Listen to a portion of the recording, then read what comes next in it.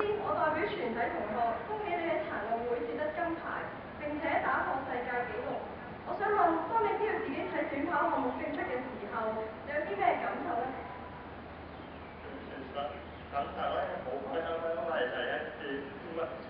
攞得金牌同埋第一次攞到世界紀錄，咁同埋同呢次攞金牌同埋攞世界紀錄係兩回事咯，因為我覺得水準越嚟越高啦，咁同埋對自己嘅要求都高咗啦，咁所以好難攞到好開心咯，係啊。好多謝阿蘇先生同我哋分享咗佢哋自己嘅興奮心情啦。咁咧下一題嘅問題咧就係想問下你喺比賽入面咧係乜嘢驅使你不停勇往直前，最後攞到勝利嘅咧？都係所有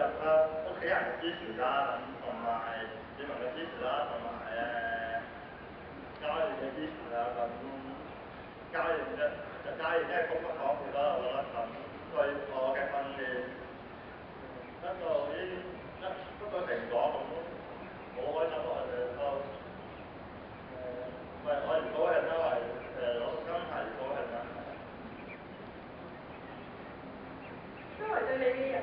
嘅人對你嘅支持果然係好重要，但係我知道你嘅聽力唔係太好喎，咁對於你參加比賽一定會帶嚟一啲困難嘅，咁請問你點樣克服呢啲障礙呢？聽唔到而家咧我嘅缺點啦，咁希望唔好做啦，咁教練亦都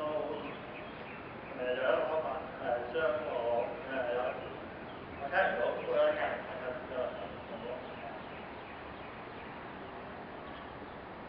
聽咗你講以後喺練習同埋比賽嗰陣時候發生嘅情況咧，我諗我哋各位同學咧都得到唔少嘅啟發㗎啦。咁最後想問一問蘇先生，可唔可以講幾句説話去鼓勵一下我哋本校嘅學生咧？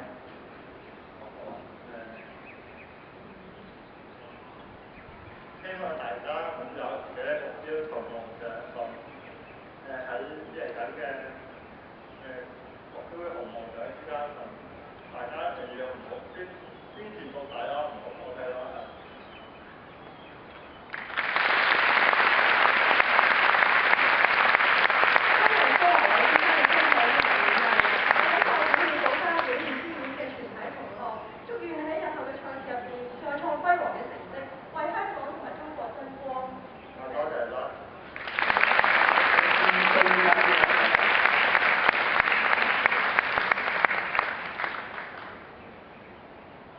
跟住落嚟係頒發第24屆陸運會嘅國